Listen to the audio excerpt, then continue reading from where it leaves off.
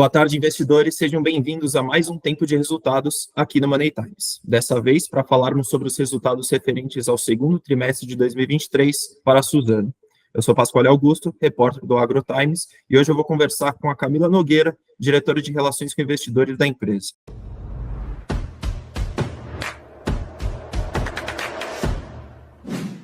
A Suzano registrou lucro líquido de 5,8 bilhões de reais no segundo trimestre, 2.690% acima do valor registrado um ano antes. Camila, eu já te pergunto, como a Suzano avalia esse resultado e o que explica essa alta? Olá, Pasquale. Primeiramente, um prazer grande estar aqui com você. Obrigada pelo convite e obrigada pela oportunidade de falar sobre a Suzano, né? Quando a gente olha para esse número tão mais alto assim, né, que foi o nosso resultado líquido do segundo trimestre, comparado ao resultado líquido do segundo trimestre do ano anterior, esse grande resultado, ele vem de uma variável que a gente não considera como relevante para explicar o nosso desempenho econômico. Por quê? Porque como a Suzano é uma companhia predominantemente exportadora, grande parte da dívida dela é denominada em dólares, porque assim é a geração de caixa que ela faz através das receitas de exportação que ela obtém ao longo do tempo. Então, o que ocorre é que quando há um evento de valorização cambial, ou seja, o real passa a valer mais em relação ao dólar, né, você tem um efeito positivo no resultado financeiro da companhia. Por quê? Porque aquela dívida que é predominantemente em dólar, em reais, ela se torna menor. E esse efeito dela se tornar menor gera um efeito positivo no nosso resultado financeiro e faz com que o nosso lucro líquido seja muito mais expressivo. Então, é interessante esse ponto que você coloca, porque sempre para o nosso investidor pessoa física, é importante que a gente esclareça a natureza econômica da Suzano na hora de interpretar os seus resultados financeiros das demonstrações financeiras, né? Por isso que a gente fala muito mais do EBITDA e de outros elementos que apontam a nossa capacidade de gerar caixa, por exemplo, também a geração operacional de caixa, que é um outro indicador que a gente fala com bastante frequência, mais do que o resultado líquido em si, que pode estar sendo influenciado em momentos de muita valorização cambial ou desvalorização cambial, dando uma impressão de que economicamente a companhia está se tornando melhor ou pior, né, do ponto de vista de geração de caixa. Então, obrigada pela pergunta, porque é sempre uma oportunidade para a gente esclarecer que quando olharem para a Suzano, não olhem para o resultado líquido, olhem para o EBITDA, olhem para a geração de caixa, que isso vai ser muito mais rico em termos de informação a respeito da companhia do que o bottom line, né, vamos dizer assim, a última linha ali das demonstrações financeiras. Então, eu já emendo com essa pergunta, como esses outros referenciais, como vocês avaliam eles nesse trimestre? Olha, a Suzano, ela tem no seu negócio principal, né, o negócio de celulose, que ele é altamente influenciado por duas variáveis, né?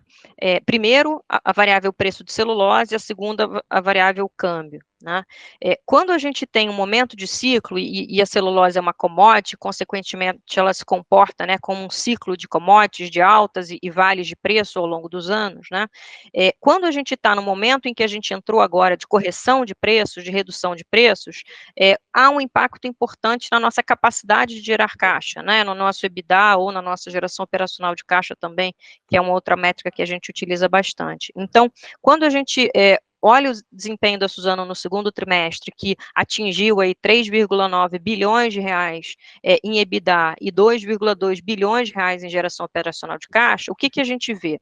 Primeiro, a gente vê uma queda significativa em relação ao trimestre anterior e os patamares que a gente obteve no ano anterior, porque o preço da celulose inverteu no ciclo, né? Se antes ele estava subindo e se manteve alto por um bom tempo, ele começou a cair, né?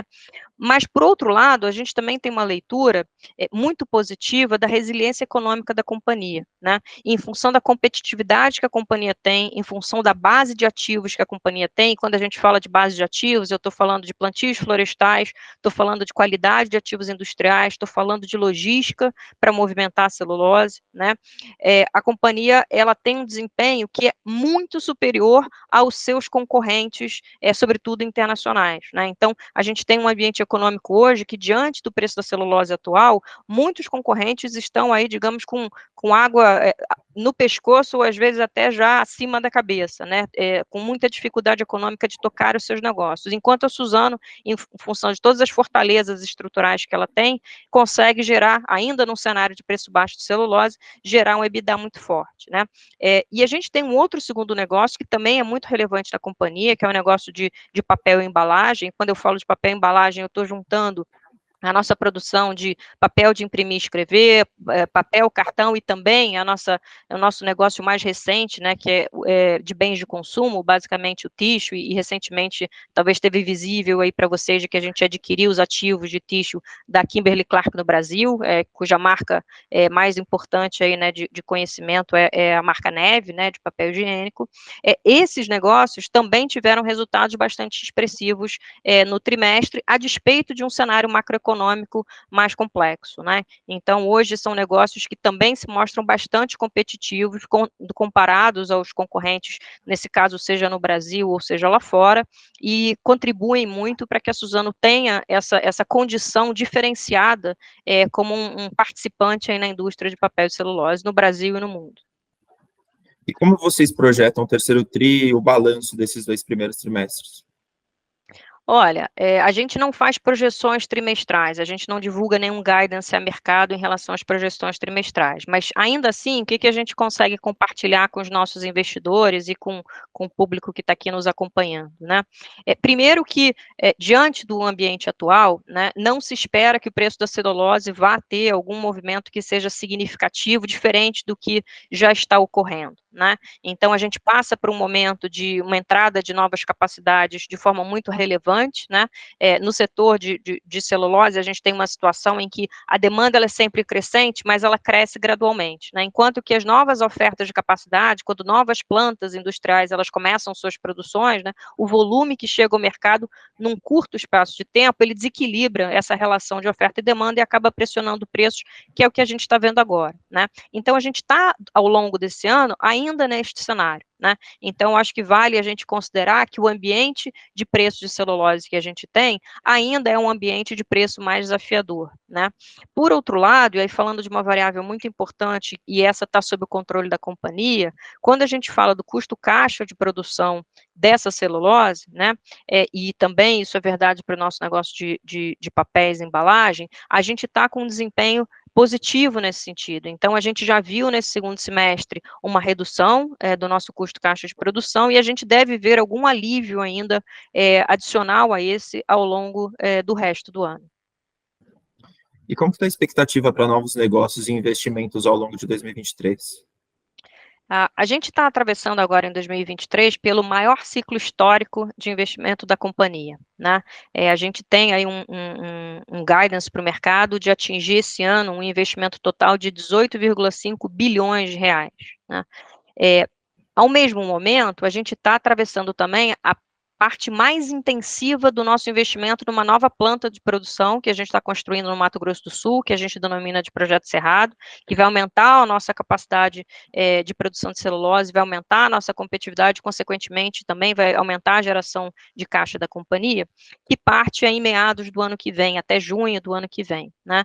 Esse ano, cerca de metade aí quase desse total de investimento que eu comentei com você, quase 9 bilhões de reais, são dedicados ao Projeto Cerrado, né? Então, quando a gente olha para o plano de investimentos da companhia, ele já está muito bem definido, e aí a grande relevância desses investimentos é que a gente atinja aí a conclusão do Projeto Cerrado. Ainda vai ter algum investimento remanescente para o ano que vem, que é esperado, mas esse é, digamos, o foco principal da companhia em relação a investimentos esse ano. Quando a gente fala de novos negócios, assim como o Projeto Cerrado está indo muito bem, recentemente a gente até, inclusive, trouxe uma visibilidade mais precisa de que ele deve partir até junho, né, do próximo ano, a gente também tem uma história muito positiva para contar sobre os novos negócios que a Suzano vem prospectando, né? A Suzano entende, Pasquale, que ela está posicionada do lado certo da equação quando a gente fala das grandes tendências mundiais, né? Das mega tendências, e acho que o caso mais expressivo que a gente tem é, por exemplo, na substituição do plástico por materiais de uso renovável, que sejam biodegradáveis e recicláveis, né? E diante dessa plataforma, a Suzano tem aí uma possibilidade imensa de alcançar mercados que ela hoje não participa, né? Acho que o exemplo que a gente vem tendo aí de forma mais visível por vocês, que acompanham a companhia, foi o investimento que a companhia fez numa empresa na Finlândia chamada Spinova.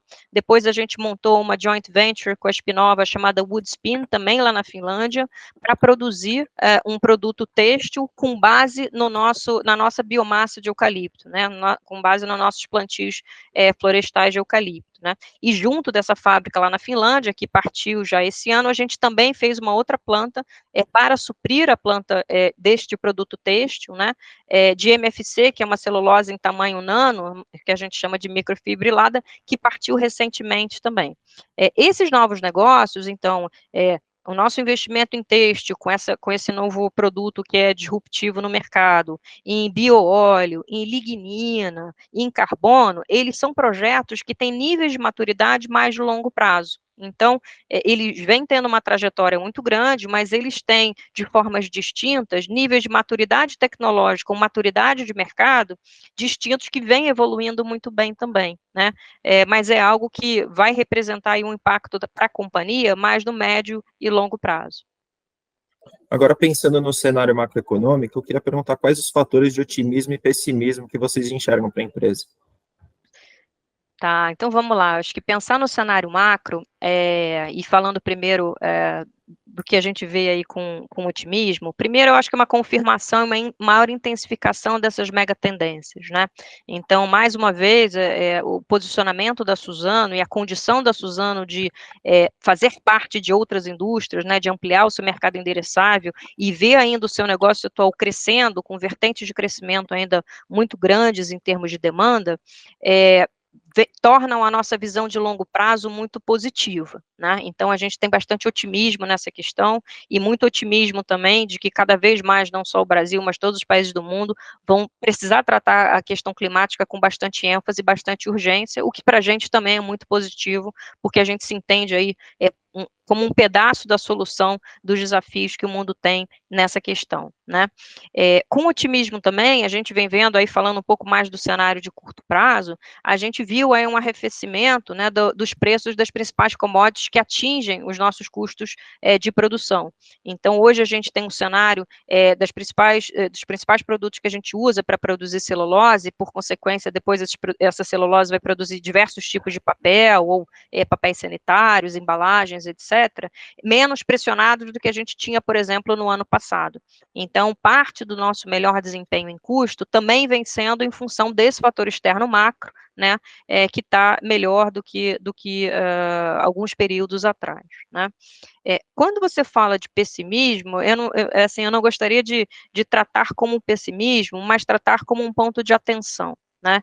E aí, o cenário macro externo nos chama mais atenção quando a gente olha para a região da Europa, né. Cerca de 25% da receita da Suzano vem da região europeia, vem do mercado europeu, e a questão macro lá está mais complexa, né, do que em outras regiões do mundo. Então, enquanto a gente tem na Ásia crescimento, né, a gente é um mercado que cresce de forma constante, ainda que possa se discutir se os patamares de crescimento asiáticos estão ou não conforme o previsto, né, é um mercado que tem aí uma evolução. Quando a gente olha para o contexto europeu, ali o contexto se dá de forma um pouco mais complexa. Então, isso tem, digamos, nos tornado mais atentos e mais ali com um olhar mais especial, digamos, para o que está acontecendo na Europa, né? E a América do Norte, para a gente, funciona um pouco como um reloginho, porque é basicamente consumo de papéis sanitários que a gente fornece para esse mercado, e lá a gente está muito bem, né?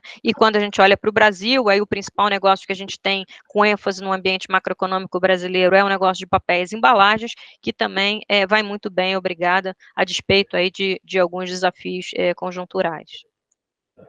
E o que os investidores podem esperar da política de dividendos? Há expectativa para pagamentos no curto prazo? No curto prazo, a gente não tem, Pasquale, e aí eu queria aproveitar essa sua pergunta para trazer um ponto que é muito importante que os nossos investidores entendam, né? A Suzano, ela tem uma política de dividendos que refere-se principalmente a um patamar mínimo de pagamento de dividendo, que gira em torno ou de 25% do nosso lucro líquido, né, de acordo aí com a própria legislação societária, ou 10% da nossa geração de caixa operacional. E quando eu falo em geração de caixa operacional, e eu citei muito ela lá no início da nossa conversa, o conceito que a gente usa é o EBITDA menos o nosso CAPEX de manutenção, né? Ou seja, qual é o capital que sobra depois da gente usar os recursos para tornar as nossas operações recorrentes e sustentáveis, né? O que sobraria para a gente alocar de outras formas, né? E por que a Suzano tem essa política de pagamento de dividendos mínimo, né? Porque primeiro a gente está no mercado em crescimento, então eu tratei aqui com você rapidamente, né? Não só uma expectativa de evolução do próprio negócio atual, mas uma expectativa de evolução em outros negócios que a Suzano pode estar. E isso faz com que a gente tenha diversos projetos que geram bastante valor no longo prazo, né? E segundo, porque a gente tem hoje uma preferência, eventualmente, de que se a gente for trazer uma remuneração ao acionista, a gente a traga de forma extraordinária nos momentos em que a companhia gerar caixa de forma extraordinária, né? Então, isso foi verdade em 2022, a geração de caixa da companhia foi muito superior ao que a gente tinha previsto, e a gente fez ali o pagamento de dividendos extraordinário, inclusive, a gente antecipou o dividendo desse ano no final do ano passado, então é por isso, inclusive, que a gente não tem nenhum pagamento de dividendo esse ano. E, mais importante até do que isso, a gente abriu 3 programas de recompra de ações que a gente, inclusive, executou eles de forma bastante célere, né? Então, a gente está sempre atento aí qual é a melhor opção em termos de alocação de capital e utilizou-se dessa geração de caixa extraordinário nos últimos tempos para exatamente retornar um valor de remuneração ao acionista, na medida em que não comprometia também todos os projetos que a gente tinha, sobretudo o projeto Cerrado, né, que é o projeto que a gente vem executando fortemente aí ao longo dos últimos anos, para que a gente siga com a alocação de capital ótima, né, que a gente chama. Para a gente finalizar, para os nossos investidores que estão nos acompanhando e não investem na Suzano, quais fatores de destaque vocês chamam a atenção para a tese, para quem não investiu na ação ainda? Primeiro, antes de pensar no econômico, pensar no qualitativo, né? O qualitativo da Suzano é um qualitativo que traz, primeiro, uma governança corporativa bastante sólida, né? Segundo, atua num setor em que o Brasil tem a maior condição competitiva do mundo, né? E ela tem, como a gente falou lá no início, um conjunto de ativos que faz com que a competitividade dela não só seja a maior do mundo, mas seja, de certa forma, irreplicável, né? Quando a gente olha para esse setor e olha do ponto de vista do que deve se esperar em termos de desenvolvimento desse setor, a gente vê que é um setor em crescimento, né? É um setor em crescimento porque a renda média evolui, porque você tem mercados emergentes ainda com muito crescimento vindo de urbanização e vindo de maior disponibilidade de renda. É um setor que cresce porque, como a gente também já falou, né? A gente está falando de um produto de base renovável, reciclável e biodegradável, então, em questão a diversos setores que estão sendo desafiados aí na transição energética, na questão climática, a gente vem oferecendo soluções para o mundo nesse sentido, né? E com potencial de novos mercados que hoje a gente ainda não participa, como você perguntou a respeito dos novos negócios, né?